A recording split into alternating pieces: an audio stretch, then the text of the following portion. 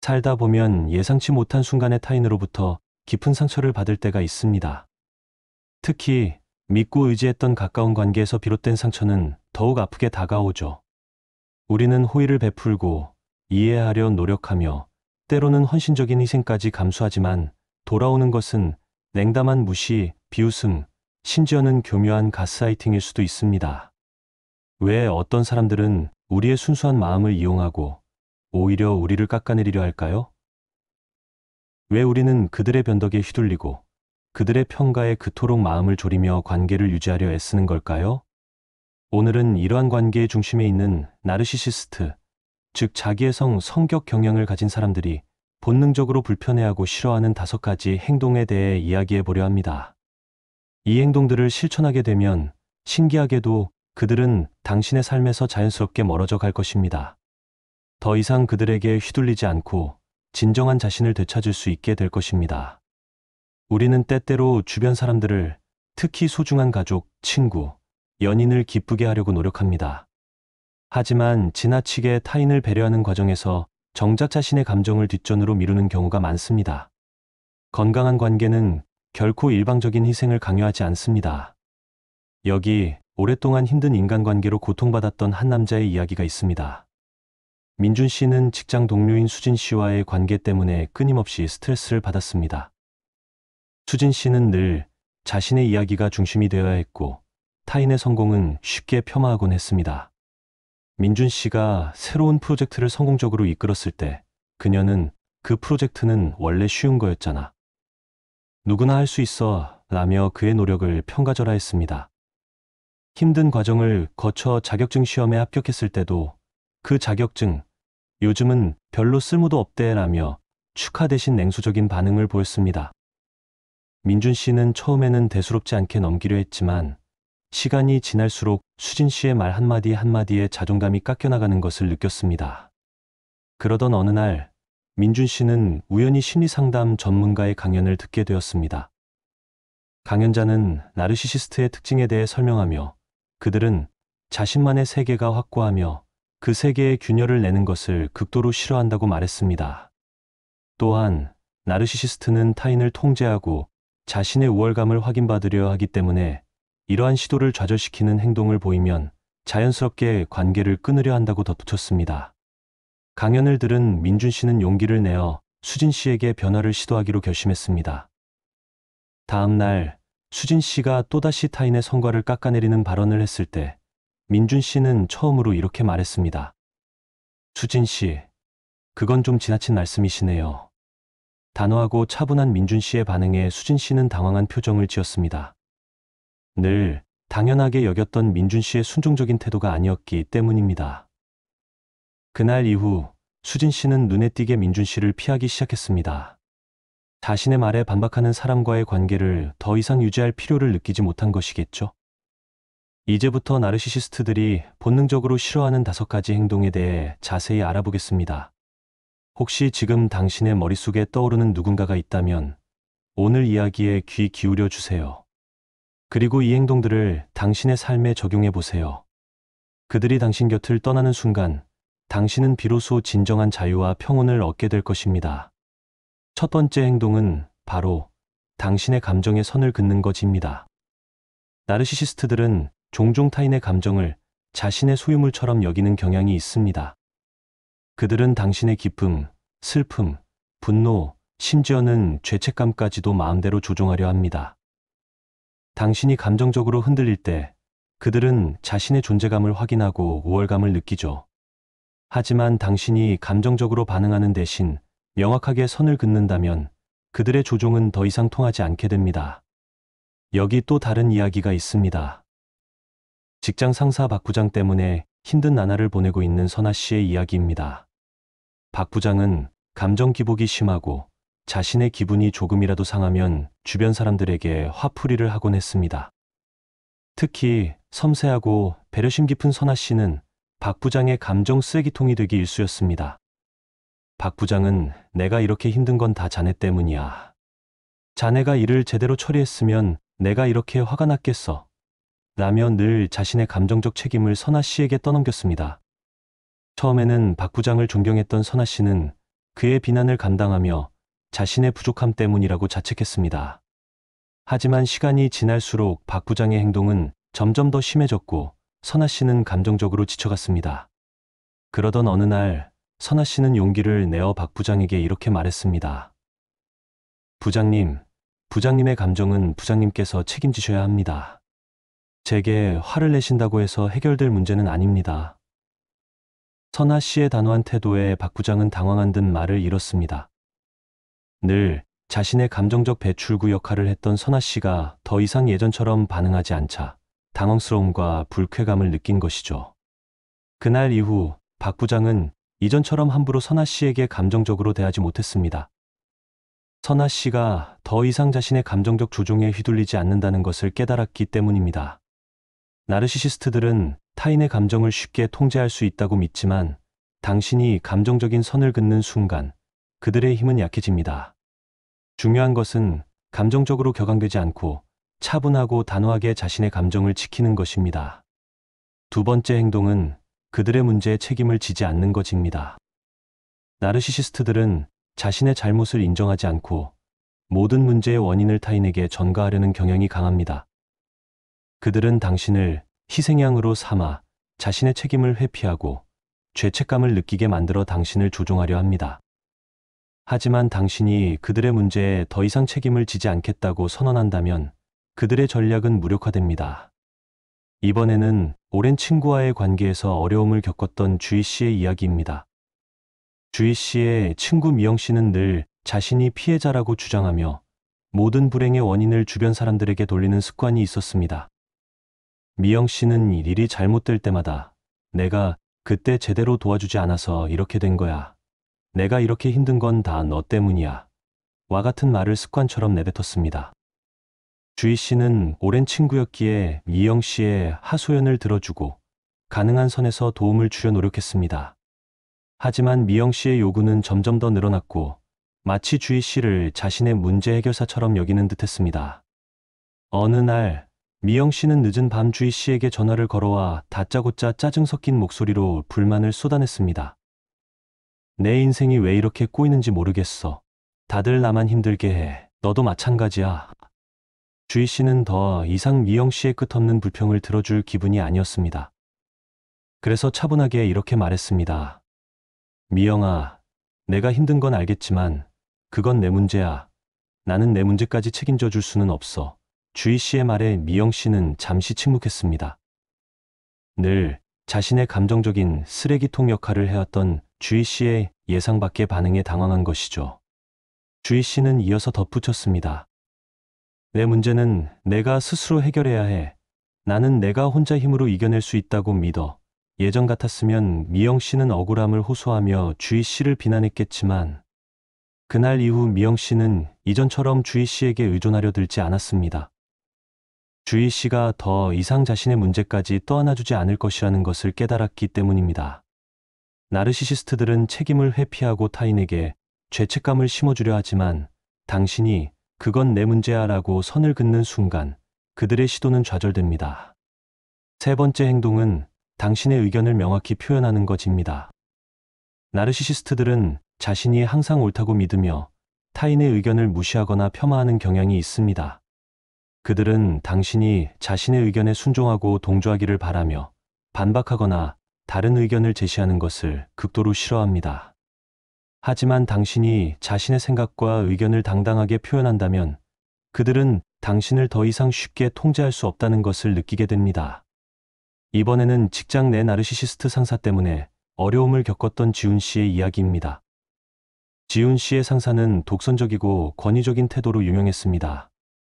그는 회의 때마다 자신의 의견만 강요했고 다른 팀원들의 아이디어를 묵살하기 일쑤였습니다. 특히 꼼꼼하고 분석적인 성격의 지훈 씨는 상사의 비논리적인 주장에 종종 반박하고 싶었지만 불이익을 당할까 두려워 속으로만 사귀곤 했습니다. 어느 날 새로운 프로젝트 회의에서 상사는 기존 방식만을 고집하며 새로운 시도를 하려는 지훈 씨의 아이디어를 무시했습니다. 내가 보기엔 그건 시간 낭비야. 괜히 엉뚱한 짓 하지 말고 하던 대로 해. 상사의 단호한 말투에 지훈 씨는 순간 망설였지만 더 이상 침묵해서는 안 되겠다고 생각했습니다. 지훈 씨는 용기를 내어 차분하게 말했습니다. 부장님, 물론 부장님 말씀도 일리가 있습니다. 하지만 제 생각은 좀 다릅니다. 이번 프로젝트는 새로운 시도를 통해 더 큰 성과를 낼 수 있다고 생각합니다. 제 의견을 다시 한번 검토해 주시면 감사하겠습니다. 지훈 씨의 정중하지만 단호한 태도에 상사는 당황한 표정을 지었습니다. 늘 자신의 의견에 순종했던 지훈 씨가 처음으로 자신의 의견을 명확하게 밝히자 당황스러움과 함께 불편함을 느낀 것이죠. 회의 분위기는 순간 싸늘해졌지만 지훈 씨는 흔들리지 않고 자신의 의견을 조리 있게 설명했습니다.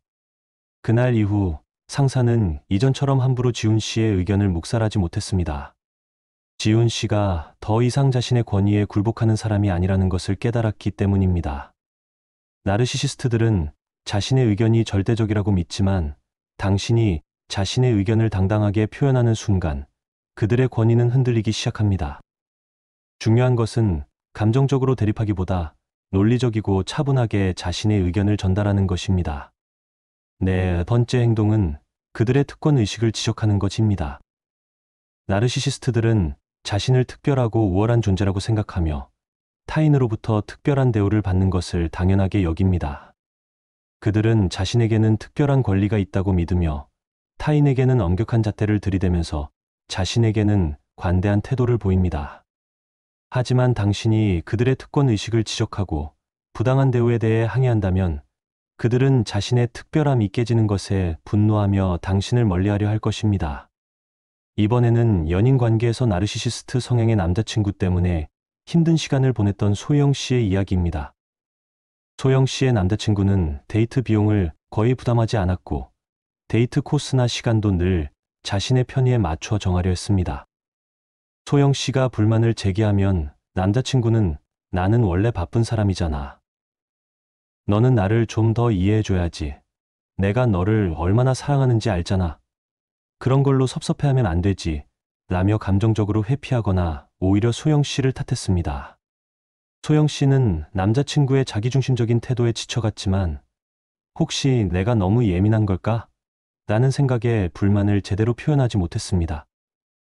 그러던 어느 날 남자친구는 당연하다는 듯이 소영 씨에게 고가의 선물을 요구했습니다. 하지만 정작 자신의 생일에는 제대로 된 선물조차 주지 않았던 남자친구의 뻔뻔함에 소영 씨는 더 이상 참을 수 없었습니다. 소영 씨는 단호하게 말했습니다. 오빠, 이건 좀 불공평한 것 같아요. 오빠는 늘 받기만 하고 저는 늘 주기만 하는 것 같아요. 왜 오빠만 특별한 대우를 받아야 하는 거죠? 소영 씨의 예상치 못한 반박에 남자친구는 얼굴을 붉히며 화를 냈습니다. 너 지금 나한테 따지는 거야? 내가 널 얼마나 아끼는데 겨우 선물 때문에 이러는 거야? 남자친구는 오히려 소영 씨를 속 좁은 사람으로 몰아가려 했지만 소영 씨는 물러서지 않았습니다. 저는 합당한 대우를 받고 싶은 거예요. 오빠가 저를 소중하게 생각한다면 저에게도 존중하는 태도를 보여주세요. 소영 씨의 단호한 태도에 남자친구는 더 이상 억지를 부리지 못했습니다.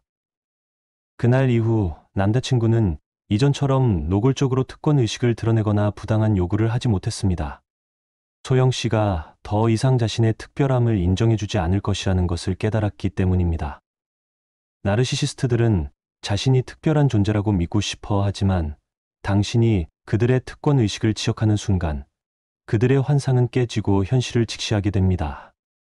중요한 것은 감정적으로 격분하기보다 논리적이고 객관적으로 부당함을 지적하는 것입니다. 마지막 다섯 번째 행동은 더 이상 관계를 지속하지 않겠다는 의사를 분명히 하는 것입니다. 나르시시스트들에게 가장 큰 두려움은 통제력 상실입니다.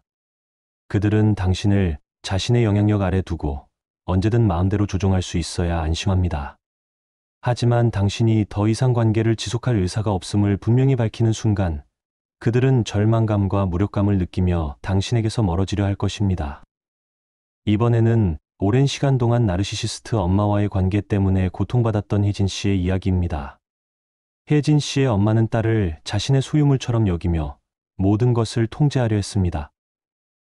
혜진 씨의 학업, 직업, 연애 심지어는 옷차림까지 간섭하며 자신의 뜻대로 하려 했습니다. 혜진 씨가 조금이라도 반항하면 엄마는 감정적으로 격렬하게 반응하며 혜진 씨를 죄책감에 빠뜨리거나 비난했습니다. 내가 널 어떻게 키웠는데 이제 와서 엄마 말을 안 듣는 거니? 내가 나를 이렇게 힘들게 하면 엄마는 어떻게 살라고 하니? 혜진 씨는 엄마의 감정적인 압박에 굴복하며 늘 엄마의 뜻에 따랐지만 마음속으로는 깊은 불행감을 느꼈습니다. 성인이 된 후에도 엄마의 통제는 계속되었고 혜진 씨는 더 이상 엄마와의 관계를 지속하는 것이 어렵다고 판단했습니다. 혜진 씨는 조심스럽게 엄마에게 자신의 생각을 이야기했습니다. 엄마, 이제 저는 엄마의 통제에서 벗어나고 싶어요. 제 인생은 제가 스스로 결정하고 싶어요. 혜진 씨의 말에 엄마는 격노하며 펄쩍 뛰었습니다. 뭐라고? 내가 감히 엄마한테 그런 말을 해. 너는 은혜도 모르는 배은망덕한 딸이야. 엄마는 온갖 감정적인 비난과 허악한 말들을 쏟아냈지만 혜진 씨는 더 이상 흔들리지 않았습니다. 혜진 씨는 단호하게 말했습니다. 엄마, 저는 더 이상 엄마와 이런 식으로 관계를 맺고 싶지 않아요. 이제 우리는 각자의 삶을 살아가요. 혜진 씨의 단호한 태도에 엄마는 충격을 받은 듯 아무 말도 하지 못했습니다. 그날 이후 엄마는 이전처럼 혜진 씨에게 집착하거나 통제하려 하지 않았습니다. 혜진 씨가 더 이상 자신의 영향력 아래 있지 않다는 것을 깨달았기 때문입니다. 나르시시스트들에게 가장 견디기 힘든 것은 무관심입니다. 당신이 더 이상 관계를 지속할 의사가 없음을 분명히 밝히는 순간 그들은 당신에게서 흥미를 잃고 다른 먹잇감을 찾아 떠날 것입니다. 중요한 것은 감정적으로 동요하지 않고 단호하고 냉정하게 관계 단절 의사를 표현하는 것입니다. 오늘 우리는 나르시시스트들이 본능적으로 싫어하는 5가지 행동에 대해 자세히 알아보았습니다. 이 행동들은 나르시시스트와의 관계에서 당신을 보호하고 진정한 자신을 되찾는 데 중요한 역할을 할 것입니다.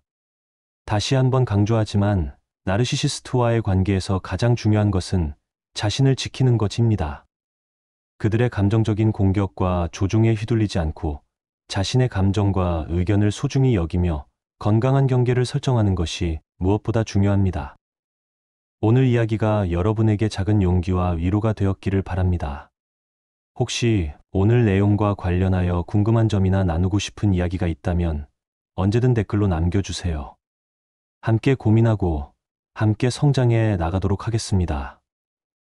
다음 시간에는 더욱 유익하고 흥미로운 주제로 다시 찾아뵙겠습니다. 오늘 하루도 평온하고 행복하게 보내세요. 감사합니다. 살다 보면 예상치 못한 순간의 타인으로부터 깊은 상처를 받을 때가 있습니다. 특히 믿고 의지했던 가까운 관계에서 비롯된 상처는 더욱 아프게 다가오죠. 우리는 호의를 베풀고 이해하려 노력하며 때로는 헌신적인 희생까지 감수하지만 돌아오는 것은 냉담한 무시, 비웃음, 심지어는 교묘한 가스라이팅일 수도 있습니다. 왜 어떤 사람들은 우리의 순수한 마음을 이용하고 오히려 우리를 깎아내리려 할까요? 왜 우리는 그들의 변덕에 휘둘리고 그들의 평가에 그토록 마음을 졸이며 관계를 유지하려 애쓰는 걸까요? 오늘은 이러한 관계의 중심에 있는 나르시시스트, 즉 자기의 성격 경향을 가진 사람들이 본능적으로 불편해하고 싫어하는 5가지 행동에 대해 이야기해 보려 합니다. 이 행동들을 실천하게 되면 신기하게도 그들은 당신의 삶에서 자연스럽게 멀어져 갈 것입니다. 더 이상 그들에게 휘둘리지 않고 진정한 자신을 되찾을 수 있게 될 것입니다. 우리는 때때로 주변 사람들을, 특히 소중한 가족, 친구, 연인을 기쁘게 하려고 노력합니다. 하지만 지나치게 타인을 배려하는 과정에서 정작 자신의 감정을 뒷전으로 미루는 경우가 많습니다. 건강한 관계는 결코 일방적인 희생을 강요하지 않습니다. 여기 오랫동안 힘든 인간관계로 고통받았던 한 남자의 이야기가 있습니다. 민준 씨는 직장 동료인 수진 씨와의 관계 때문에 끊임없이 스트레스를 받았습니다. 수진 씨는 늘 자신의 이야기가 중심이 되어야 했고 타인의 성공은 쉽게 폄하하곤 했습니다. 민준 씨가 새로운 프로젝트를 성공적으로 이끌었을 때 그녀는 그 프로젝트는 원래 쉬운 거였잖아. 누구나 할 수 있어 라며 그의 노력을 평가절하했습니다. 힘든 과정을 거쳐 자격증 시험에 합격했을 때도 그 자격증, 요즘은 별로 쓸모도 없대 라며 축하 대신 냉소적인 반응을 보였습니다. 민준 씨는 처음에는 대수롭지 않게 넘기려 했지만 시간이 지날수록 수진 씨의 말 한마디 한마디에 자존감이 깎여나가는 것을 느꼈습니다. 그러던 어느 날 민준 씨는 우연히 심리상담 전문가의 강연을 듣게 되었습니다. 강연자는 나르시시스트의 특징에 대해 설명하며 그들은 자신만의 세계가 확고하며 그 세계에 균열을 내는 것을 극도로 싫어한다고 말했습니다. 또한 나르시시스트는 타인을 통제하고 자신의 우월감을 확인받으려 하기 때문에 이러한 시도를 좌절시키는 행동을 보이면 자연스럽게 관계를 끊으려 한다고 덧붙였습니다. 강연을 들은 민준 씨는 용기를 내어 수진 씨에게 변화를 시도하기로 결심했습니다. 다음 날 수진 씨가 또다시 타인의 성과를 깎아내리는 발언을 했을 때 민준 씨는 처음으로 이렇게 말했습니다. 수진 씨, 그건 좀 지나친 말씀이시네요. 단호하고 차분한 민준 씨의 반응에 수진 씨는 당황한 표정을 지었습니다. 늘 당연하게 여겼던 민준 씨의 순종적인 태도가 아니었기 때문입니다. 그날 이후 수진 씨는 눈에 띄게 민준 씨를 피하기 시작했습니다. 자신의 말에 반박하는 사람과의 관계를 더 이상 유지할 필요를 느끼지 못한 것이겠죠. 이제부터 나르시시스트들이 본능적으로 싫어하는 5가지 행동에 대해 자세히 알아보겠습니다. 혹시 지금 당신의 머릿속에 떠오르는 누군가가 있다면 오늘 이야기에 귀 기울여 주세요. 그리고 이 행동들을 당신의 삶에 적용해 보세요. 그들이 당신 곁을 떠나는 순간 당신은 비로소 진정한 자유와 평온을 얻게 될 것입니다. 첫 번째 행동은 바로 당신의 감정의 선을 긋는 것입니다. 나르시시스트들은 종종 타인의 감정을 자신의 소유물처럼 여기는 경향이 있습니다. 그들은 당신의 기쁨, 슬픔, 분노, 심지어는 죄책감까지도 마음대로 조종하려 합니다. 당신이 감정적으로 흔들릴 때 그들은 자신의 존재감을 확인하고 우월감을 느끼죠. 하지만 당신이 감정적으로 반응하는 대신 명확하게 선을 긋는다면 그들의 조종은 더 이상 통하지 않게 됩니다. 여기 또 다른 이야기가 있습니다. 직장 상사 박 부장 때문에 힘든 나날을 보내고 있는 선아 씨의 이야기입니다. 박 부장은 감정 기복이 심하고 자신의 기분이 조금이라도 상하면 주변 사람들에게 화풀이를 하곤 했습니다. 특히 섬세하고 배려심 깊은 선아 씨는 박 부장의 감정 쓰레기통이 되기 일쑤였습니다. 박 부장은 내가 이렇게 힘든 건 다 자네 때문이야. 자네가 일을 제대로 처리했으면 내가 이렇게 화가 났겠어. 라며 늘 자신의 감정적 책임을 선아 씨에게 떠넘겼습니다. 처음에는 박 부장을 존경했던 선아 씨는 그의 비난을 감당하며 자신의 부족함 때문이라고 자책했습니다. 하지만 시간이 지날수록 박 부장의 행동은 점점 더 심해졌고 선아 씨는 감정적으로 지쳐갔습니다. 그러던 어느 날 선아 씨는 용기를 내어 박 부장에게 이렇게 말했습니다. 부장님, 부장님의 감정은 부장님께서 책임지셔야 합니다. 제게 화를 내신다고 해서 해결될 문제는 아닙니다. 선아 씨의 단호한 태도에 박 부장은 당황한 듯 말을 잃었습니다. 늘 자신의 감정적 배출구 역할을 했던 선아 씨가 더 이상 예전처럼 반응하지 않자 당황스러움과 불쾌감을 느낀 것이죠. 그날 이후 박 부장은 이전처럼 함부로 선아 씨에게 감정적으로 대하지 못했습니다. 선아 씨가 더 이상 자신의 감정적 조종에 휘둘리지 않는다는 것을 깨달았기 때문입니다. 나르시시스트들은 타인의 감정을 쉽게 통제할 수 있다고 믿지만 당신이 감정적인 선을 긋는 순간 그들의 힘은 약해집니다. 중요한 것은 감정적으로 격앙되지 않고 차분하고 단호하게 자신의 감정을 지키는 것입니다. 두 번째 행동은 그들의 문제에 책임을 지지 않는 것입니다. 나르시시스트들은 자신의 잘못을 인정하지 않고 모든 문제의 원인을 타인에게 전가하려는 경향이 강합니다.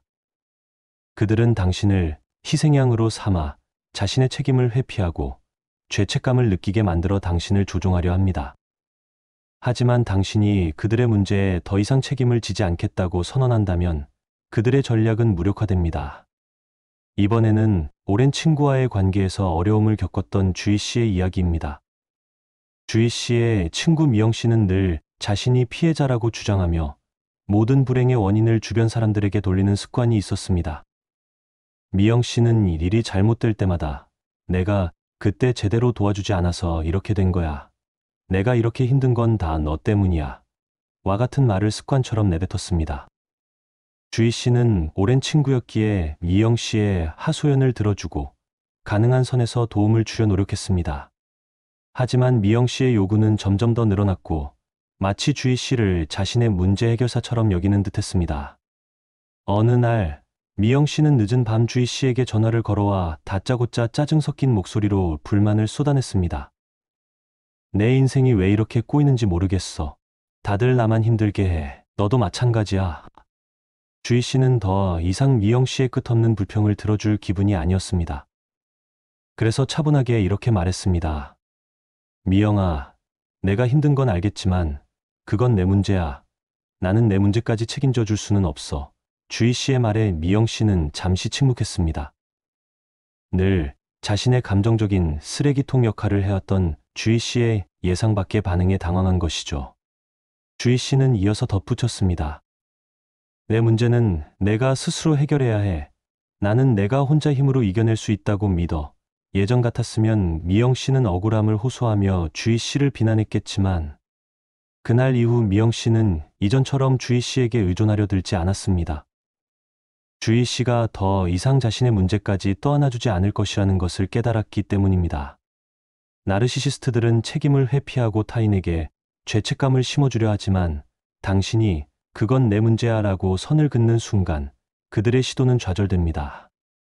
세 번째 행동은 당신의 의견을 명확히 표현하는 것입니다. 나르시시스트들은 자신이 항상 옳다고 믿으며 타인의 의견을 무시하거나 폄하하는 경향이 있습니다. 그들은 당신이 자신의 의견에 순종하고 동조하기를 바라며 반박하거나 다른 의견을 제시하는 것을 극도로 싫어합니다. 하지만 당신이 자신의 생각과 의견을 당당하게 표현한다면 그들은 당신을 더 이상 쉽게 통제할 수 없다는 것을 느끼게 됩니다. 이번에는 직장 내 나르시시스트 상사 때문에 어려움을 겪었던 지훈 씨의 이야기입니다. 지훈 씨의 상사는 독선적이고 권위적인 태도로 유명했습니다. 그는 회의 때마다 자신의 의견만 강요했고 다른 팀원들의 아이디어를 묵살하기 일쑤였습니다. 특히 꼼꼼하고 분석적인 성격의 지훈 씨는 상사의 비논리적인 주장에 종종 반박하고 싶었지만 불이익을 당할까 두려워 속으로만 사귀곤 했습니다. 어느 날 새로운 프로젝트 회의에서 상사는 기존 방식만을 고집하며 새로운 시도를 하려는 지훈 씨의 아이디어를 무시했습니다. 내가 보기엔 그건 시간 낭비야. 괜히 엉뚱한 짓 하지 말고 하던 대로 해. 상사의 단호한 말투에 지훈 씨는 순간 망설였지만 더 이상 침묵해서는 안 되겠다고 생각했습니다. 지훈 씨는 용기를 내어 차분하게 말했습니다. 부장님, 물론 부장님 말씀도 일리가 있습니다. 하지만 제 생각은 좀 다릅니다. 이번 프로젝트는 새로운 시도를 통해 더 큰 성과를 낼 수 있다고 생각합니다. 제 의견을 다시 한번 검토해 주시면 감사하겠습니다. 지훈 씨의 정중하지만 단호한 태도의 상사는 당황한 표정을 지었습니다. 늘 자신의 의견에 순종했던 지훈 씨가 처음으로 자신의 의견을 명확하게 밝히자 당황스러움과 함께 불편함을 느낀 것이죠. 회의 분위기는 순간 싸늘해졌지만 지훈 씨는 흔들리지 않고 자신의 의견을 조리 있게 설명했습니다. 그날 이후 상사는 이전처럼 함부로 지훈 씨의 의견을 묵살하지 못했습니다. 지훈 씨가 더 이상 자신의 권위에 굴복하는 사람이 아니라는 것을 깨달았기 때문입니다. 나르시시스트들은 자신의 의견이 절대적이라고 믿지만 당신이 자신의 의견을 당당하게 표현하는 순간 그들의 권위는 흔들리기 시작합니다. 중요한 것은 감정적으로 대립하기보다 논리적이고 차분하게 자신의 의견을 전달하는 것입니다. 네 번째 행동은 그들의 특권 의식을 지적하는 것입니다. 나르시시스트들은 자신을 특별하고 우월한 존재라고 생각하며 타인으로부터 특별한 대우를 받는 것을 당연하게 여깁니다. 그들은 자신에게는 특별한 권리가 있다고 믿으며 타인에게는 엄격한 잣대를 들이대면서 자신에게는 관대한 태도를 보입니다. 하지만 당신이 그들의 특권 의식을 지적하고 부당한 대우에 대해 항의한다면 그들은 자신의 특별함이 깨지는 것에 분노하며 당신을 멀리하려 할 것입니다.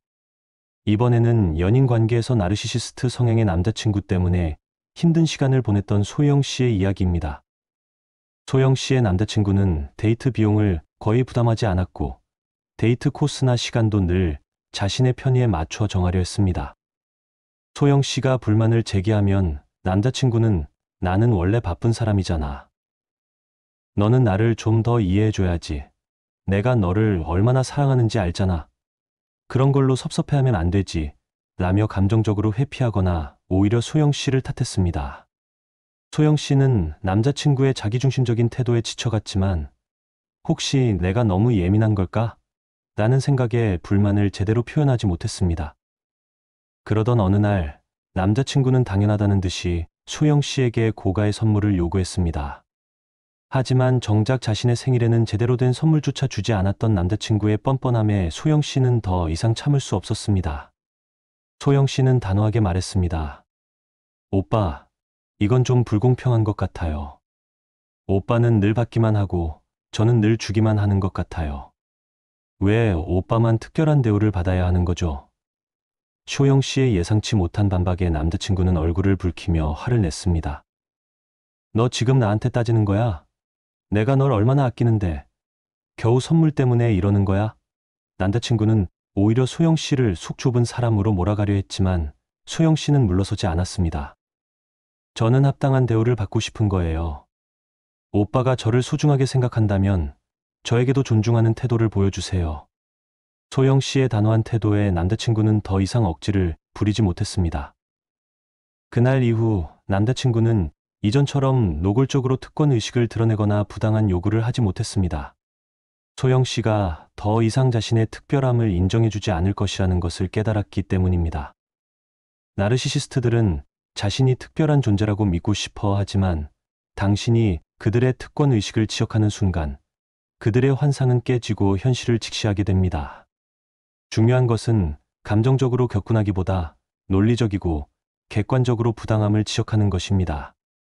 마지막 5번째 행동은 더 이상 관계를 지속하지 않겠다는 의사를 분명히 하는 것입니다. 나르시시스트들에게 가장 큰 두려움은 통제력 상실입니다. 그들은 당신을 자신의 영향력 아래 두고 언제든 마음대로 조종할 수 있어야 안심합니다. 하지만 당신이 더 이상 관계를 지속할 의사가 없음을 분명히 밝히는 순간 그들은 절망감과 무력감을 느끼며 당신에게서 멀어지려 할 것입니다. 이번에는 오랜 시간 동안 나르시시스트 엄마와의 관계 때문에 고통받았던 혜진 씨의 이야기입니다. 혜진 씨의 엄마는 딸을 자신의 소유물처럼 여기며 모든 것을 통제하려 했습니다. 혜진 씨의 학업, 직업, 연애 심지어는 옷차림까지 간섭하며 자신의 뜻대로 하려 했습니다. 혜진 씨가 조금이라도 반항하면 엄마는 감정적으로 격렬하게 반응하며 혜진 씨를 죄책감에 빠뜨리거나 비난했습니다. 내가 널 어떻게 키웠는데 이제 와서 엄마 말을 안 듣는 거니? 내가 나를 이렇게 힘들게 하면 엄마는 어떻게 살라고 하니? 혜진 씨는 엄마의 감정적인 압박에 굴복하며 늘 엄마의 뜻에 따랐지만 마음속으로는 깊은 불행감을 느꼈습니다. 성인이 된 후에도 엄마의 통제는 계속되었고 혜진 씨는 더 이상 엄마와의 관계를 지속하는 것이 어렵다고 판단했습니다. 혜진 씨는 조심스럽게 엄마에게 자신의 생각을 이야기했습니다. 엄마, 이제 저는 엄마의 통제에서 벗어나고 싶어요. 제 인생은 제가 스스로 결정하고 싶어요. 혜진 씨의 말에 엄마는 격노하며 펄쩍 뛰었습니다. 뭐라고? 내가 감히 엄마한테 그런 말을 해. 너는 은혜도 모르는 배은망덕한 딸이야. 엄마는 온갖 감정적인 비난과 허악한 말들을 쏟아냈지만 혜진 씨는 더 이상 흔들리지 않았습니다. 혜진 씨는 단호하게 말했습니다. 엄마, 저는 더 이상 엄마와 이런 식으로 관계를 맺고 싶지 않아요. 이제 우리는 각자의 삶을 살아가요. 혜진 씨의 단호한 태도에 엄마는 충격을 받은 듯 아무 말도 하지 못했습니다. 그날 이후 엄마는 이전처럼 혜진 씨에게 집착하거나 통제하려 하지 않았습니다. 혜진 씨가 더 이상 자신의 영향력 아래 있지 않다는 것을 깨달았기 때문입니다. 나르시시스트들에게 가장 견디기 힘든 것은 무관심입니다. 당신이 더 이상 관계를 지속할 의사가 없음을 분명히 밝히는 순간 그들은 당신에게서 흥미를 잃고 다른 먹잇감을 찾아 떠날 것입니다. 중요한 것은 감정적으로 동요하지 않고 단호하고 냉정하게 관계 단절 의사를 표현하는 것입니다. 오늘 우리는 나르시시스트들이 본능적으로 싫어하는 5가지 행동에 대해 자세히 알아보았습니다. 이 행동들은 나르시시스트와의 관계에서 당신을 보호하고 진정한 자신을 되찾는 데 중요한 역할을 할 것입니다. 다시 한번 강조하지만 나르시시스트와의 관계에서 가장 중요한 것은 자신을 지키는 것입니다. 그들의 감정적인 공격과 조종에 휘둘리지 않고 자신의 감정과 의견을 소중히 여기며 건강한 경계를 설정하는 것이 무엇보다 중요합니다. 오늘 이야기가 여러분에게 작은 용기와 위로가 되었기를 바랍니다. 혹시 오늘 내용과 관련하여 궁금한 점이나 나누고 싶은 이야기가 있다면 언제든 댓글로 남겨주세요. 함께 고민하고 함께 성장해 나가도록 하겠습니다. 다음 시간에는 더욱 유익하고 흥미로운 주제로 다시 찾아뵙겠습니다. 오늘 하루도 평온하고 행복하게 보내세요. 감사합니다. 살다 보면 예상치 못한 순간의 타인으로부터 깊은 상처를 받을 때가 있습니다. 특히 믿고 의지했던 가까운 관계에서 비롯된 상처는 더욱 아프게 다가오죠. 우리는 호의를 베풀고 이해하려 노력하며 때로는 헌신적인 희생까지 감수하지만 돌아오는 것은 냉담한 무시, 비웃음, 심지어는 교묘한 가스라이팅일 수도 있습니다. 왜 어떤 사람들은 우리의 순수한 마음을 이용하고 오히려 우리를 깎아내리려 할까요? 왜 우리는 그들의 변덕에 휘둘리고 그들의 평가에 그토록 마음을 졸이며 관계를 유지하려 애쓰는 걸까요? 오늘은 이러한 관계의 중심에 있는 나르시시스트, 즉 자기의 성격 경향을 가진 사람들이 본능적으로 불편해하고 싫어하는 5가지 행동에 대해 이야기해 보려 합니다. 이 행동들을 실천하게 되면 신기하게도 그들은 당신의 삶에서 자연스럽게 멀어져 갈 것입니다. 더 이상 그들에게 휘둘리지 않고 진정한 자신을 되찾을 수 있게 될 것입니다. 우리는 때때로 주변 사람들을, 특히 소중한 가족, 친구, 연인을 기쁘게 하려고 노력합니다. 하지만 지나치게 타인을 배려하는 과정에서 정작 자신의 감정을 뒷전으로 미루는 경우가 많습니다. 건강한 관계는 결코 일방적인 희생을 강요하지 않습니다. 여기 오랫동안 힘든 인간관계로 고통받았던 한 남자의 이야기가 있습니다. 민준 씨는 직장 동료인 수진 씨와의 관계 때문에 끊임없이 스트레스를 받았습니다. 수진 씨는 늘 자신의 이야기가 중심이 되어야 했고 타인의 성공은 쉽게 폄하하곤 했습니다. 민준 씨가 새로운 프로젝트를 성공적으로 이끌었을 때 그녀는 그 프로젝트는 원래 쉬운 거였잖아. 누구나 할 수 있어 라며 그의 노력을 평가절하했습니다. 힘든 과정을 거쳐 자격증 시험에 합격했을 때도 그 자격증, 요즘은 별로 쓸모도 없대 라며 축하 대신 냉소적인 반응을 보였습니다. 민준 씨는 처음에는 대수롭지 않게 넘기려 했지만 시간이 지날수록 수진 씨의 말 한마디 한마디에 자존감이 깎여나가는 것을 느꼈습니다. 그러던 어느 날 민준 씨는 우연히 심리상담 전문가의 강연을 듣게 되었습니다. 강연자는 나르시시스트의 특징에 대해 설명하며 그들은 자신만의 세계가 확고하며 그 세계에 균열을 내는 것을 극도로 싫어한다고 말했습니다. 또한 나르시시스트는 타인을 통제하고 자신의 우월감을 확인받으려 하기 때문에 이러한 시도를 좌절시키는 행동을 보이면 자연스럽게 관계를 끊으려 한다고 덧붙였습니다. 강연을 들은 민준 씨는 용기를 내어 수진 씨에게 변화를 시도하기로 결심했습니다. 다음 날 수진 씨가 또다시 타인의 성과를 깎아내리는 발언을 했을 때 민준 씨는 처음으로 이렇게 말했습니다. 수진 씨, 그건 좀 지나친 말씀이시네요. 단호하고 차분한 민준 씨의 반응에 수진 씨는 당황한 표정을 지었습니다. 늘 당연하게 여겼던 민준 씨의 순종적인 태도가 아니었기 때문입니다. 그날 이후 수진 씨는 눈에 띄게 민준 씨를 피하기 시작했습니다. 자신의 말에 반박하는 사람과의 관계를 더 이상 유지할 필요를 느끼지 못한 것이겠죠. 이제부터 나르시시스트들이 본능적으로 싫어하는 5가지 행동에 대해 자세히 알아보겠습니다. 혹시 지금 당신의 머릿속에 떠오르는 누군가가 있다면 오늘 이야기에 귀 기울여 주세요. 그리고 이 행동들을 당신의 삶에 적용해 보세요. 그들이 당신 곁을 떠나는 순간 당신은 비로소 진정한 자유와 평온을 얻게 될 것입니다. 첫 번째 행동은 바로 당신의 감정의 선을 긋는 것입니다. 나르시시스트들은 종종 타인의 감정을 자신의 소유물처럼 여기는 경향이 있습니다. 그들은 당신의 기쁨, 슬픔, 분노, 심지어는 죄책감까지도 마음대로 조종하려 합니다. 당신이 감정적으로 흔들릴 때 그들은 자신의 존재감을 확인하고 우월감을 느끼죠. 하지만 당신이 감정적으로 반응하는 대신 명확하게 선을 긋는다면 그들의 조종은 더 이상 통하지 않게 됩니다. 여기 또 다른 이야기가 있습니다. 직장 상사 박 부장 때문에 힘든 나날을 보내고 있는 선아 씨의 이야기입니다. 박 부장은 감정 기복이 심하고 자신의 기분이 조금이라도 상하면 주변 사람들에게 화풀이를 하곤 했습니다. 특히 섬세하고 배려심 깊은 선아 씨는 박 부장의 감정 쓰레기통이 되기 일쑤였습니다. 박 부장은 내가 이렇게 힘든 건 다 자네 때문이야. 자네가 일을 제대로 처리했으면 내가 이렇게 화가 났겠어. 라며 늘 자신의 감정적 책임을 선아 씨에게 떠넘겼습니다. 처음에는 박 부장을 존경했던 선아 씨는 그의 비난을 감당하며 자신의 부족함 때문이라고 자책했습니다. 하지만 시간이 지날수록 박 부장의 행동은 점점 더 심해졌고 선아 씨는 감정적으로 지쳐갔습니다. 그러던 어느 날 선아 씨는 용기를 내어 박 부장에게 이렇게 말했습니다. 부장님, 부장님의 감정은 부장님께서 책임지셔야 합니다. 제게 화를 내신다고 해서 해결될 문제는 아닙니다. 선아 씨의 단호한 태도에 박 부장은 당황한 듯 말을 잃었습니다. 늘 자신의 감정적 배출구 역할을 했던 선아 씨가 더 이상 예전처럼 반응하지 않자 당황스러움과 불쾌감을 느낀 것이죠. 그날 이후 박 부장은 이전처럼 함부로 선아 씨에게 감정적으로 대하지 못했습니다. 선아 씨가 더 이상 자신의 감정적 조종에 휘둘리지 않는다는 것을 깨달았기 때문입니다.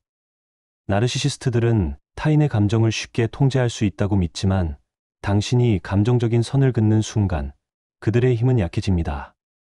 중요한 것은 감정적으로 격앙되지 않고 차분하고 단호하게 자신의 감정을 지키는 것입니다. 두 번째 행동은 그들의 문제에 책임을 지지 않는 것입니다. 나르시시스트들은 자신의 잘못을 인정하지 않고 모든 문제의 원인을 타인에게 전가하려는 경향이 강합니다. 그들은 당신을 희생양으로 삼아 자신의 책임을 회피하고 죄책감을 느끼게 만들어 당신을 조종하려 합니다. 하지만 당신이 그들의 문제에 더 이상 책임을 지지 않겠다고 선언한다면 그들의 전략은 무력화됩니다. 이번에는 오랜 친구와의 관계에서 어려움을 겪었던 주희 씨의 이야기입니다. 주희 씨의 친구 미영 씨는 늘 자신이 피해자라고 주장하며 모든 불행의 원인을 주변 사람들에게 돌리는 습관이 있었습니다. 미영 씨는 일이 잘못될 때마다 내가 그때 제대로 도와주지 않아서 이렇게 된 거야. 내가 이렇게 힘든 건 다 너 때문이야. 와 같은 말을 습관처럼 내뱉었습니다. 주희 씨는 오랜 친구였기에 미영 씨의 하소연을 들어주고 가능한 선에서 도움을 주려 노력했습니다. 하지만 미영 씨의 요구는 점점 더 늘어났고 마치 주희 씨를 자신의 문제 해결사처럼 여기는 듯했습니다. 어느 날 미영 씨는 늦은 밤 주희 씨에게 전화를 걸어와 다짜고짜 짜증 섞인 목소리로 불만을 쏟아냈습니다. 내 인생이 왜 이렇게 꼬이는지 모르겠어. 다들 나만 힘들게 해. 너도 마찬가지야. 주희 씨는 더 이상 미영 씨의 끝없는 불평을 들어줄 기분이 아니었습니다. 그래서 차분하게 이렇게 말했습니다. 미영아, 내가 힘든 건 알겠지만 그건 내 문제야. 나는 내 문제까지 책임져 줄 수는 없어. 주희 씨의 말에 미영 씨는 잠시 침묵했습니다. 늘 자신의 감정적인 쓰레기통 역할을 해왔던 주희 씨의 예상 밖의 반응에 당황한 것이죠. 주희 씨는 이어서 덧붙였습니다. 내 문제는 내가 스스로 해결해야 해. 나는 내가 혼자 힘으로 이겨낼 수 있다고 믿어. 예전 같았으면 미영 씨는 억울함을 호소하며 주희 씨를 비난했겠지만 그날 이후 미영 씨는 이전처럼 주희 씨에게 의존하려 들지 않았습니다. 주희 씨가 더 이상 자신의 문제까지 떠안아주지 않을 것이라는 것을 깨달았기 때문입니다. 나르시시스트들은 책임을 회피하고 타인에게 죄책감을 심어주려 하지만 당신이 그건 내 문제야 라고 선을 긋는 순간 그들의 시도는 좌절됩니다. 세 번째 행동은 당신의 의견을 명확히 표현하는 것입니다. 나르시시스트들은 자신이 항상 옳다고 믿으며 타인의 의견을 무시하거나 폄하하는 경향이 있습니다. 그들은 당신이 자신의 의견에 순종하고 동조하기를 바라며 반박하거나 다른 의견을 제시하는 것을 극도로 싫어합니다. 하지만 당신이 자신의 생각과 의견을 당당하게 표현한다면 그들은 당신을 더 이상 쉽게 통제할 수 없다는 것을 느끼게 됩니다. 이번에는 직장 내 나르시시스트 상사 때문에 어려움을 겪었던 지훈 씨의 이야기입니다. 지훈 씨의 상사는 독선적이고 권위적인 태도로 유명했습니다.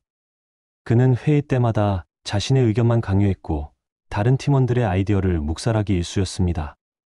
특히 꼼꼼하고 분석적인 성격의 지훈 씨는 상사의 비논리적인 주장에 종종 반박하고 싶었지만 불이익을 당할까 두려워 속으로만 사귀곤 했습니다. 어느 날 새로운 프로젝트 회의에서 상사는 기존 방식만을 고집하며 새로운 시도를 하려는 지훈 씨의 아이디어를 무시했습니다. 내가 보기엔 그건 시간 낭비야.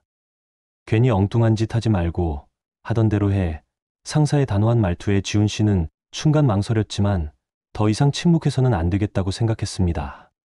지훈 씨는 용기를 내어 차분하게 말했습니다. 부장님, 물론 부장님 말씀도 일리가 있습니다. 하지만 제 생각은 좀 다릅니다. 이번 프로젝트는 새로운 시도를 통해 더 큰 성과를 낼 수 있다고 생각합니다. 제 의견을 다시 한번 검토해 주시면 감사하겠습니다. 지훈 씨의 정중하지만 단호한 태도의 상사는 당황한 표정을 지었습니다. 늘 자신의 의견에 순종했던 지훈 씨가 처음으로 자신의 의견을 명확하게 밝히자 당황스러움과 함께 불편함을 느낀 것이죠. 회의 분위기는 순간 싸늘해졌지만 지훈 씨는 흔들리지 않고 자신의 의견을 조리 있게 설명했습니다.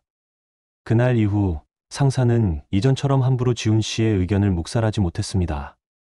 지훈 씨가 더 이상 자신의 권위에 굴복하는 사람이 아니라는 것을 깨달았기 때문입니다. 나르시시스트들은 자신의 의견이 절대적이라고 믿지만 당신이 자신의 의견을 당당하게 표현하는 순간 그들의 권위는 흔들리기 시작합니다. 중요한 것은 감정적으로 대립하기보다 논리적이고 차분하게 자신의 의견을 전달하는 것입니다. 네 번째 행동은 그들의 특권 의식을 지적하는 것입니다. 나르시시스트들은 자신을 특별하고 우월한 존재라고 생각하며 타인으로부터 특별한 대우를 받는 것을 당연하게 여깁니다. 그들은 자신에게는 특별한 권리가 있다고 믿으며 타인에게는 엄격한 잣대를 들이대면서 자신에게는 관대한 태도를 보입니다. 하지만 당신이 그들의 특권 의식을 지적하고 부당한 대우에 대해 항의한다면 그들은 자신의 특별함이 깨지는 것에 분노하며 당신을 멀리하려 할 것입니다. 이번에는 연인 관계에서 나르시시스트 성향의 남자친구 때문에 힘든 시간을 보냈던 소영 씨의 이야기입니다. 소영 씨의 남자친구는 데이트 비용을 거의 부담하지 않았고 데이트 코스나 시간도 늘 자신의 편의에 맞춰 정하려 했습니다.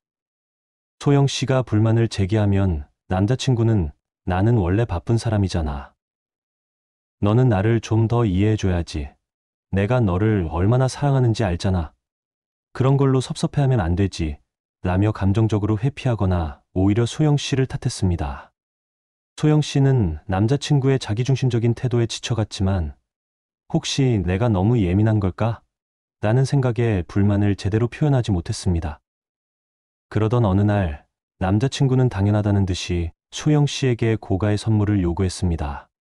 하지만 정작 자신의 생일에는 제대로 된 선물조차 주지 않았던 남자친구의 뻔뻔함에 소영 씨는 더 이상 참을 수 없었습니다.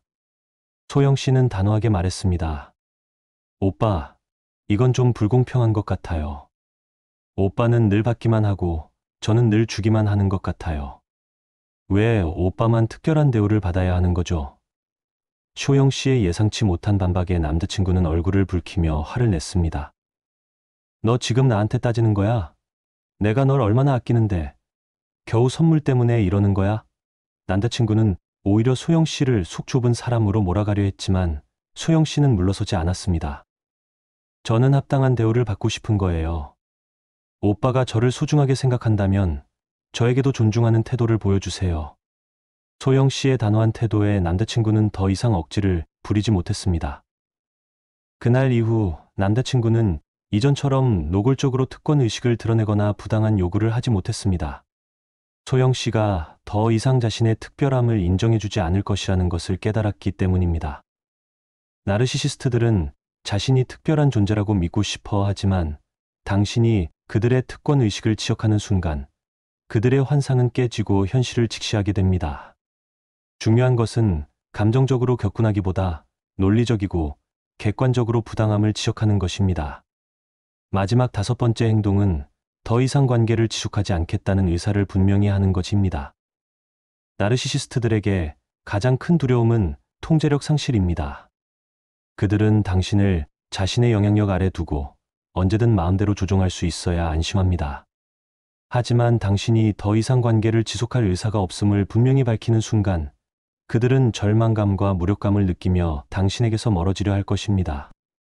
이번에는 오랜 시간 동안 나르시시스트 엄마와의 관계 때문에 고통받았던 혜진 씨의 이야기입니다.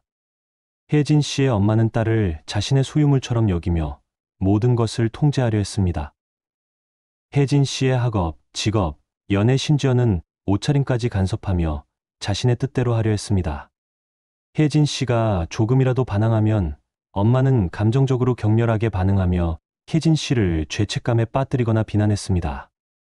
내가 널 어떻게 키웠는데 이제 와서 엄마 말을 안 듣는 거니? 내가 나를 이렇게 힘들게 하면 엄마는 어떻게 살라고 하니? 혜진 씨는 엄마의 감정적인 압박에 굴복하며 늘 엄마의 뜻에 따랐지만 마음속으로는 깊은 불행감을 느꼈습니다. 성인이 된 후에도 엄마의 통제는 계속되었고 혜진 씨는 더 이상 엄마와의 관계를 지속하는 것이 어렵다고 판단했습니다. 혜진 씨는 조심스럽게 엄마에게 자신의 생각을 이야기했습니다. 엄마, 이제 저는 엄마의 통제에서 벗어나고 싶어요. 제 인생은 제가 스스로 결정하고 싶어요. 혜진 씨의 말에 엄마는 격노하며 펄쩍 뛰었습니다. 뭐라고? 내가 감히 엄마한테 그런 말을 해? 너는 은혜도 모르는 배은망덕한 딸이야. 엄마는 온갖 감정적인 비난과 허악한 말들을 쏟아냈지만 혜진 씨는 더 이상 흔들리지 않았습니다. 혜진 씨는 단호하게 말했습니다. 엄마, 저는 더 이상 엄마와 이런 식으로 관계를 맺고 싶지 않아요. 이제 우리는 각자의 삶을 살아가요. 혜진 씨의 단호한 태도에 엄마는 충격을 받은 듯 아무 말도 하지 못했습니다. 그날 이후 엄마는 이전처럼 혜진 씨에게 집착하거나 통제하려 하지 않았습니다. 혜진 씨가 더 이상 자신의 영향력 아래 있지 않다는 것을 깨달았기 때문입니다. 나르시시스트들에게 가장 견디기 힘든 것은 무관심입니다. 당신이 더 이상 관계를 지속할 의사가 없음을 분명히 밝히는 순간 그들은 당신에게서 흥미를 잃고 다른 먹잇감을 찾아 떠날 것입니다. 중요한 것은 감정적으로 동요하지 않고 단호하고 냉정하게 관계 단절 의사를 표현하는 것입니다. 오늘 우리는 나르시시스트들이 본능적으로 싫어하는 5가지 행동에 대해 자세히 알아보았습니다. 이 행동들은 나르시시스트와의 관계에서 당신을 보호하고 진정한 자신을 되찾는 데 중요한 역할을 할 것입니다. 다시 한번 강조하지만 나르시시스트와의 관계에서 가장 중요한 것은 자신을 지키는 것입니다. 그들의 감정적인 공격과 조종에 휘둘리지 않고 자신의 감정과 의견을 소중히 여기며 건강한 경계를 설정하는 것이 무엇보다 중요합니다. 오늘 이야기가 여러분에게 작은 용기와 위로가 되었기를 바랍니다. 혹시 오늘 내용과 관련하여 궁금한 점이나 나누고 싶은 이야기가 있다면 언제든 댓글로 남겨주세요. 함께 고민하고 함께 성장해 나가도록 하겠습니다. 다음 시간에는 더욱 유익하고 흥미로운 주제로 다시 찾아뵙겠습니다. 오늘 하루도 평온하고 행복하게 보내세요. 감사합니다. 살다 보면 예상치 못한 순간의 타인으로부터 깊은 상처를 받을 때가 있습니다. 특히 믿고 의지했던 가까운 관계에서 비롯된 상처는 더욱 아프게 다가오죠. 우리는 호의를 베풀고 이해하려 노력하며 때로는 헌신적인 희생까지 감수하지만 돌아오는 것은 냉담한 무시, 비웃음, 심지어는 교묘한 가스라이팅일 수도 있습니다. 왜 어떤 사람들은 우리의 순수한 마음을 이용하고 오히려 우리를 깎아내리려 할까요? 왜 우리는 그들의 변덕에 휘둘리고 그들의 평가에 그토록 마음을 졸이며 관계를 유지하려 애쓰는 걸까요? 오늘은 이러한 관계의 중심에 있는 나르시시스트, 즉 자기의 성격 경향을 가진 사람들이 본능적으로 불편해하고 싫어하는 5가지 행동에 대해 이야기해 보려 합니다. 이 행동들을 실천하게 되면 신기하게도 그들은 당신의 삶에서 자연스럽게 멀어져 갈 것입니다. 더 이상 그들에게 휘둘리지 않고 진정한 자신을 되찾을 수 있게 될 것입니다. 우리는 때때로 주변 사람들을, 특히 소중한 가족, 친구, 연인을 기쁘게 하려고 노력합니다. 하지만 지나치게 타인을 배려하는 과정에서 정작 자신의 감정을 뒷전으로 미루는 경우가 많습니다. 건강한 관계는 결코 일방적인 희생을 강요하지 않습니다. 여기 오랫동안 힘든 인간관계로 고통받았던 한 남자의 이야기가 있습니다. 민준 씨는 직장 동료인 수진 씨와의 관계 때문에 끊임없이 스트레스를 받았습니다. 수진 씨는 늘 자신의 이야기가 중심이 되어야 했고 타인의 성공은 쉽게 폄하하곤 했습니다. 민준 씨가 새로운 프로젝트를 성공적으로 이끌었을 때 그녀는 그 프로젝트는 원래 쉬운 거였잖아. 누구나 할 수 있어 라며 그의 노력을 평가절하했습니다. 힘든 과정을 거쳐 자격증 시험에 합격했을 때도 그 자격증 요즘은 별로 쓸모도 없대 라며 축하 대신 냉소적인 반응을 보였습니다. 민준 씨는 처음에는 대수롭지 않게 넘기려 했지만 시간이 지날수록 수진 씨의 말 한마디 한마디에 자존감이 깎여나가는 것을 느꼈습니다. 그러던 어느 날 민준 씨는 우연히 심리상담 전문가의 강연을 듣게 되었습니다. 강연자는 나르시시스트의 특징에 대해 설명하며 그들은 자신만의 세계가 확고하며 그 세계에 균열을 내는 것을 극도로 싫어한다고 말했습니다. 또한 나르시시스트는 타인을 통제하고 자신의 우월감을 확인받으려 하기 때문에 이러한 시도를 좌절시키는 행동을 보이면 자연스럽게 관계를 끊으려 한다고 덧붙였습니다. 강연을 들은 민준 씨는 용기를 내어 수진 씨에게 변화를 시도하기로 결심했습니다. 다음 날 수진 씨가 또다시 타인의 성과를 깎아내리는 발언을 했을 때 민준 씨는 처음으로 이렇게 말했습니다. 수진 씨, 그건 좀 지나친 말씀이시네요. 단호하고 차분한 민준 씨의 반응에 수진 씨는 당황한 표정을 지었습니다. 늘 당연하게 여겼던 민준 씨의 순종적인 태도가 아니었기 때문입니다. 그날 이후 수진 씨는 눈에 띄게 민준 씨를 피하기 시작했습니다. 자신의 말에 반박하는 사람과의 관계를 더 이상 유지할 필요를 느끼지 못한 것이겠죠. 이제부터 나르시시스트들이 본능적으로 싫어하는 5가지 행동에 대해 자세히 알아보겠습니다. 혹시 지금 당신의 머릿속에 떠오르는 누군가가 있다면 오늘 이야기에 귀 기울여 주세요. 그리고 이 행동들을 당신의 삶에 적용해 보세요. 그들이 당신 곁을 떠나는 순간 당신은 비로소 진정한 자유와 평온을 얻게 될 것입니다. 첫 번째 행동은 바로 당신의 감정의 선을 긋는 것입니다. 나르시시스트들은 종종 타인의 감정을 자신의 소유물처럼 여기는 경향이 있습니다. 그들은 당신의 기쁨, 슬픔, 분노, 심지어는 죄책감까지도 마음대로 조종하려 합니다. 당신이 감정적으로 흔들릴 때 그들은 자신의 존재감을 확인하고 우월감을 느끼죠. 하지만 당신이 감정적으로 반응하는 대신 명확하게 선을 긋는다면 그들의 조종은 더 이상 통하지 않게 됩니다. 여기 또 다른 이야기가 있습니다. 직장 상사 박 부장 때문에 힘든 나날을 보내고 있는 선아 씨의 이야기입니다. 박 부장은 감정 기복이 심하고 자신의 기분이 조금이라도 상하면 주변 사람들에게 화풀이를 하곤 했습니다. 특히 섬세하고 배려심 깊은 선아 씨는 박 부장의 감정 쓰레기통이 되기 일쑤였습니다. 박 부장은 내가 이렇게 힘든 건 다 자네 때문이야. 자네가 일을 제대로 처리했으면 내가 이렇게 화가 났겠어. 라며 늘 자신의 감정적 책임을 선아 씨에게 떠넘겼습니다. 처음에는 박 부장을 존경했던 선아 씨는 그의 비난을 감당하며 자신의 부족함 때문이라고 자책했습니다. 하지만 시간이 지날수록 박 부장의 행동은 점점 더 심해졌고 선아 씨는 감정적으로 지쳐갔습니다. 그러던 어느 날 선아 씨는 용기를 내어 박 부장에게 이렇게 말했습니다. 부장님, 부장님의 감정은 부장님께서 책임지셔야 합니다. 제게 화를 내신다고 해서 해결될 문제는 아닙니다. 선아 씨의 단호한 태도에 박 부장은 당황한 듯 말을 잃었습니다. 늘 자신의 감정적 배출구 역할을 했던 선아 씨가 더 이상 예전처럼 반응하지 않자 당황스러움과 불쾌감을 느낀 것이죠. 그날 이후 박 부장은 이전처럼 함부로 선아 씨에게 감정적으로 대하지 못했습니다.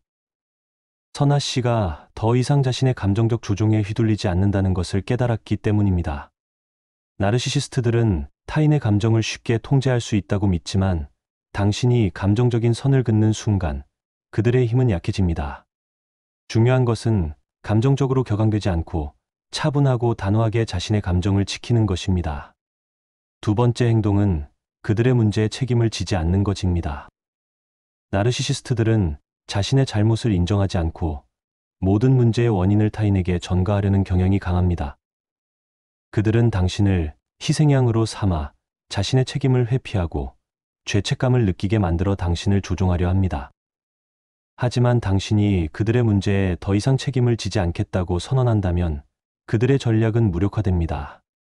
이번에는 오랜 친구와의 관계에서 어려움을 겪었던 주희 씨의 이야기입니다. 주희 씨의 친구 미영 씨는 늘 자신이 피해자라고 주장하며 모든 불행의 원인을 주변 사람들에게 돌리는 습관이 있었습니다.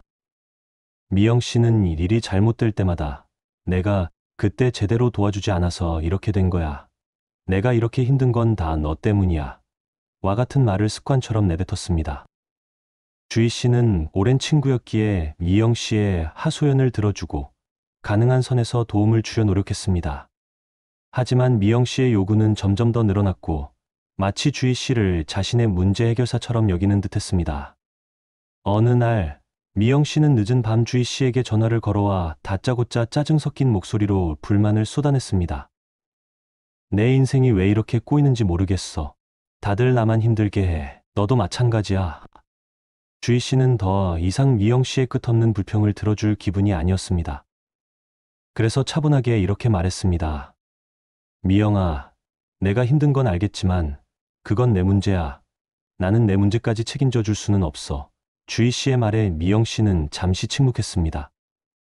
늘 자신의 감정적인 쓰레기통 역할을 해왔던 주희 씨의 예상 밖의 반응에 당황한 것이죠. 주희 씨는 이어서 덧붙였습니다. 내 문제는 내가 스스로 해결해야 해. 나는 내가 혼자 힘으로 이겨낼 수 있다고 믿어. 예전 같았으면 미영 씨는 억울함을 호소하며 주희 씨를 비난했겠지만 그날 이후 미영 씨는 이전처럼 주희 씨에게 의존하려 들지 않았습니다. 주희 씨가 더 이상 자신의 문제까지 떠안아주지 않을 것이라는 것을 깨달았기 때문입니다. 나르시시스트들은 책임을 회피하고 타인에게 죄책감을 심어주려 하지만 당신이 그건 내 문제야 라고 선을 긋는 순간 그들의 시도는 좌절됩니다. 세 번째 행동은 당신의 의견을 명확히 표현하는 것입니다.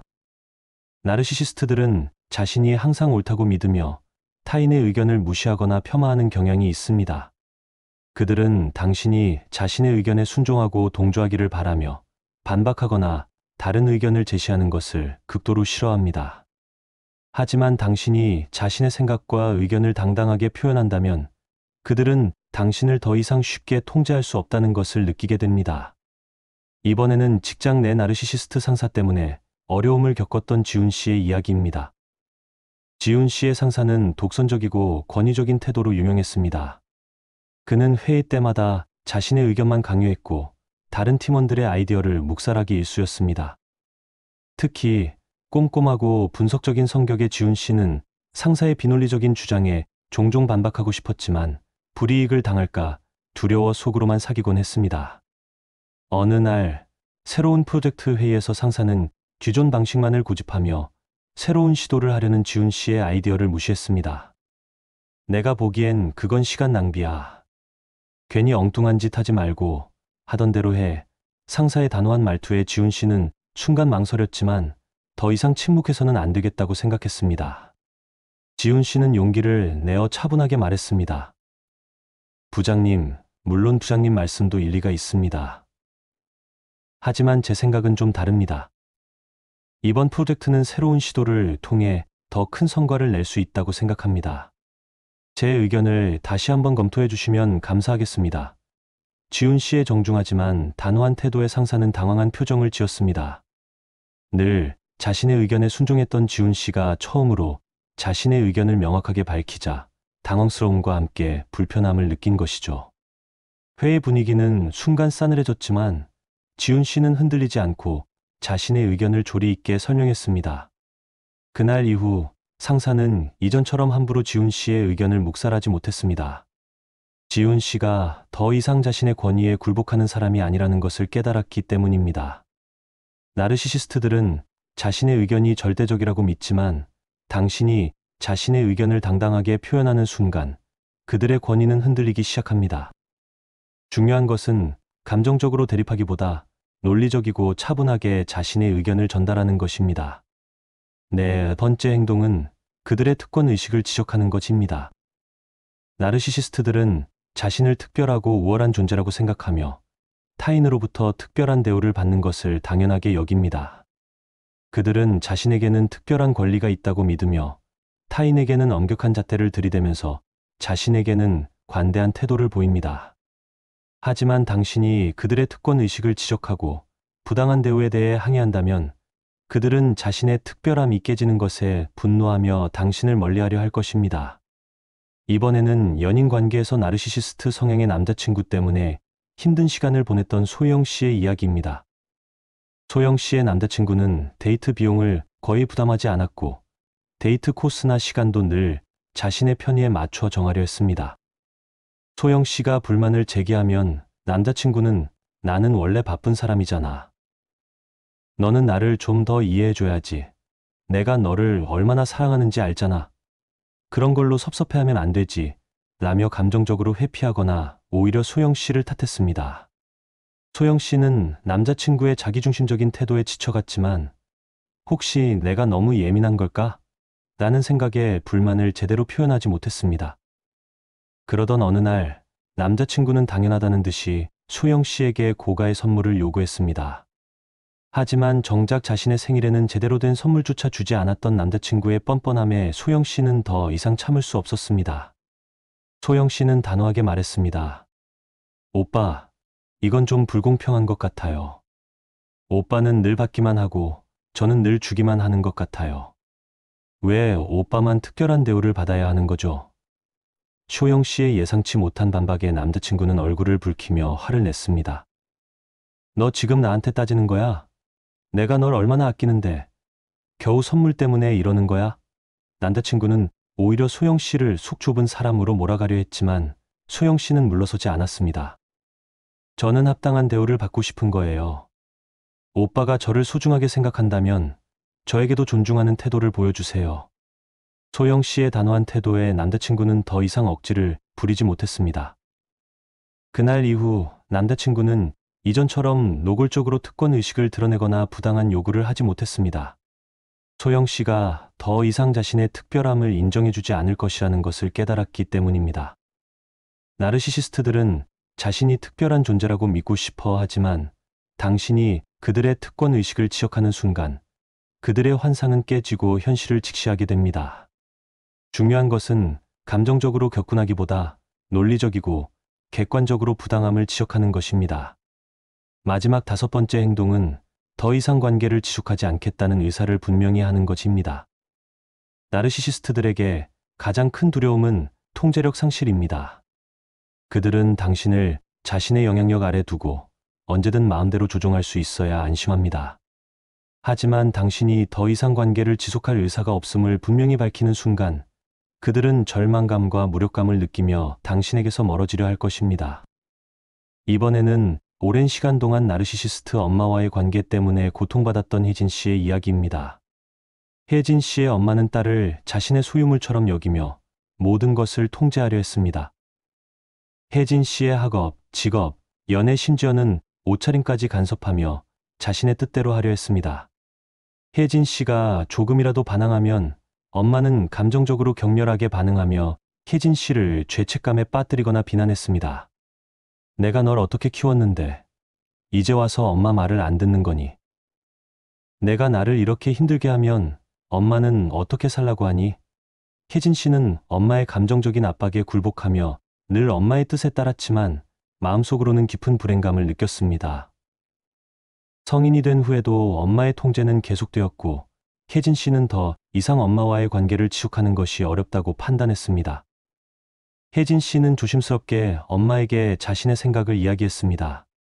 엄마, 이제 저는 엄마의 통제에서 벗어나고 싶어요. 제 인생은 제가 스스로 결정하고 싶어요. 혜진 씨의 말에 엄마는 격노하며 펄쩍 뛰었습니다. 뭐라고? 내가 감히 엄마한테 그런 말을 해. 너는 은혜도 모르는 배은망덕한 딸이야. 엄마는 온갖 감정적인 비난과 허악한 말들을 쏟아냈지만 혜진 씨는 더 이상 흔들리지 않았습니다. 혜진 씨는 단호하게 말했습니다. 엄마, 저는 더 이상 엄마와 이런 식으로 관계를 맺고 싶지 않아요. 이제 우리는 각자의 삶을 살아가요. 혜진 씨의 단호한 태도에 엄마는 충격을 받은 듯 아무 말도 하지 못했습니다. 그날 이후 엄마는 이전처럼 혜진 씨에게 집착하거나 통제하려 하지 않았습니다. 혜진 씨가 더 이상 자신의 영향력 아래 있지 않다는 것을 깨달았기 때문입니다. 나르시시스트들에게 가장 견디기 힘든 것은 무관심입니다. 당신이 더 이상 관계를 지속할 의사가 없음을 분명히 밝히는 순간, 그들은 당신에게서 흥미를 잃고 다른 먹잇감을 찾아 떠날 것입니다. 중요한 것은 감정적으로 동요하지 않고 단호하고 냉정하게 관계 단절 의사를 표현하는 것입니다. 오늘 우리는 나르시시스트들이 본능적으로 싫어하는 5가지 행동에 대해 자세히 알아보았습니다. 이 행동들은 나르시시스트와의 관계에서 당신을 보호하고 진정한 자신을 되찾는 데 중요한 역할을 할 것입니다. 다시 한번 강조하지만 나르시시스트와의 관계에서 가장 중요한 것은 자신을 지키는 것입니다. 그들의 감정적인 공격과 조종에 휘둘리지 않고 자신의 감정과 의견을 소중히 여기며 건강한 경계를 설정하는 것이 무엇보다 중요합니다. 오늘 이야기가 여러분에게 작은 용기와 위로가 되었기를 바랍니다. 혹시 오늘 내용과 관련하여 궁금한 점이나 나누고 싶은 이야기가 있다면 언제든 댓글로 남겨주세요. 함께 고민하고 함께 성장해 나가도록 하겠습니다. 다음 시간에는 더욱 유익하고 흥미로운 주제로 다시 찾아뵙겠습니다. 오늘 하루도 평온하고 행복하게 보내세요. 감사합니다.